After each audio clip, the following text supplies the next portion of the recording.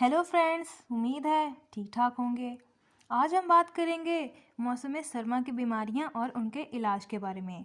जैसे कि आप जानते हैं कि मौसम सरमा आ चुका है, विंटर का सीज़न है। इसमें बहुत ही लोगों को नज़ला, ज़ुकाम, बुखार, बदन दर्द, कमज़ोरी, नाक और हलक से रेशा या बलगम का गिरना, इस तरह की बीमारियां लाहक होती हैं।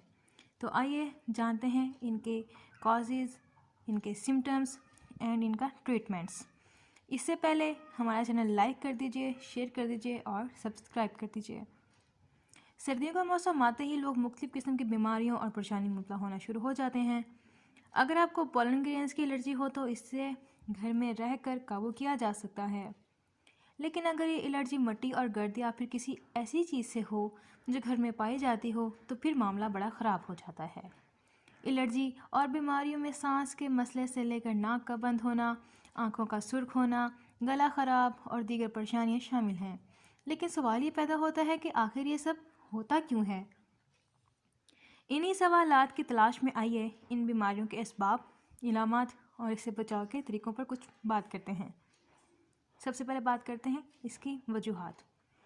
आमतौर पर सर्दियों में एलर्जियाँ और मौसमी बीमारियाँ बहुत ज़्यादा मसला हो जाती हैं। आमतौर पर सर्दियों में एलर्जियों और मौसमी बीमारियों के मसाइल बढ़ जाते हैं। इनका बुनियादी सबब तो खुद सर्दियों का मौसम ही है जो मसाइल पैदा करता है। इस मौसम में दर्जा हरारत कम और हवा में खुश्की ज़्यादा यानी नमी कम हो जाती है। ऐसे में खुश्क हवा के साथ मुख्तलिफ़ किस्म के वायरसेस, जरासीम्स और एलर्जी पैदा करने के लिए पोलन, मिट्टी, गर्द और दूसरे मादे बहुत आसानी से फ़िज़ा में सफ़र करना शुरू कर देते हैं। ऐसे मादों का बीमार शख्स के फेफड़ों से निकलकर दूसरे शख्स तक जाना बहुत आसान होता है। दूसरी जानिब नम फ़िज़ा में ऐसा नहीं हो पाता। ये तो हवाई एलर्जी की बात हो गई। अब वायरल बीमारियां जैसे फ्लू और सर्दी वगैरह की बात करें तो माहिरीन का कहना है कि सर्दियों का मौसम इन वायरसेस के बका के लिए मुस्बत असर रखता है। जैसे राइनो वायरस जिस्म के आम दर्जा हरारत पर तौलीदी अमल नहीं कर सकता। सर्दियों में जिस्म का दर्जा हरारत कम हो जाता है, जिसकी वजह से इस वायरस का असर ज़्यादा होता है। जैसे कि आप सब जानते हैं, आजकल तो वैसे भी कोरोना वायरस आ गया है और उसकी इलामात भी कुछ ऐसी ही हैं।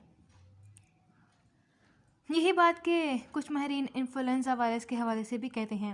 इस तरह कुछ माहिरीन का यह कहना है कि सर्दियों में धूप की कमी और घरेलू मामलात की वजह से विटामिन डी की कमी इंसानी जिस्म के वफाकी निज़ाम को कमज़ोर कर देती है। चनाचा जिस्म इन वायरस से लड़ने के काबिल नहीं रहता, यानी हमारी इम्यूनिटी बहुत कमज़ोर हो जाती है।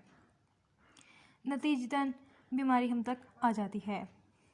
अब जानते हैं इसके सिम्टम्स। मुख्तलिफ़ बीमारियों एलर्जियों की मिकदार, इलामात अलग अलग तरीक़ों से ज़ाहिर हो सकती हैं।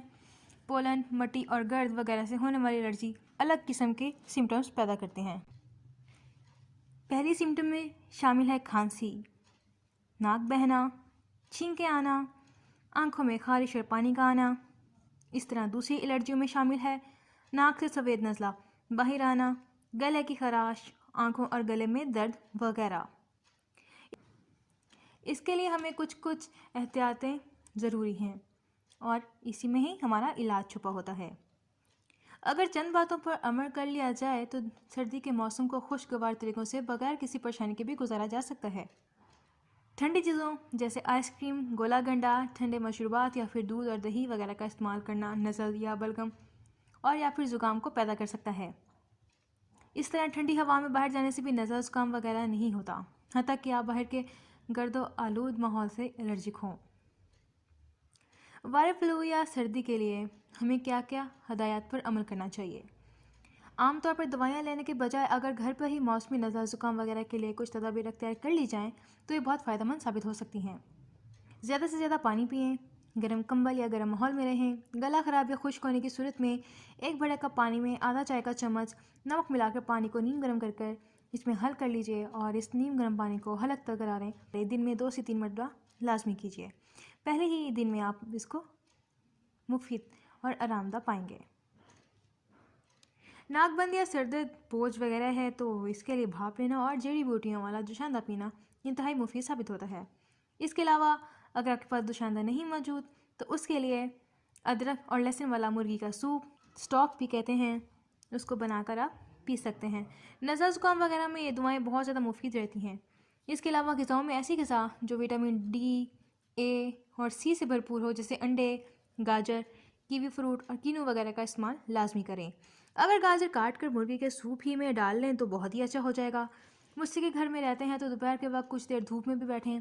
इस तरह नीम गर्म पानी में शहद और नींबू मिलाकर पानी पीने से गले की खराश वगैरह दूर हो सकती है। और शहद में नमक डालकर खाना खांसी के लिए तो बहुत ही मुफीद साबित होता है। ये तो हर कोई अपने घर में कर भी सकता है। एलर्जियों के हवाले से ये समझ लीजिए कि मट्टी, गर्द और तमाम किस्म की फ़ज़ाई आलूदगियों से बचने की कोशिश करें। अपनी एलर्जी की वजह पहचानिए और इस वजह से आपको एलर्जी महसूस हो रही है उसके सिम्टम्स जानिए और अपने डॉक्टर से रजू कीजिए। इसी के साथ मुझे दीजिए इजाज़त। अपना बहुत सारा ख्याल रखिएगा। चैनल को लाइक कीजिएगा, शेयर कीजिएगा और सब्सक्राइब कीजिएगा। Take care. Bye bye.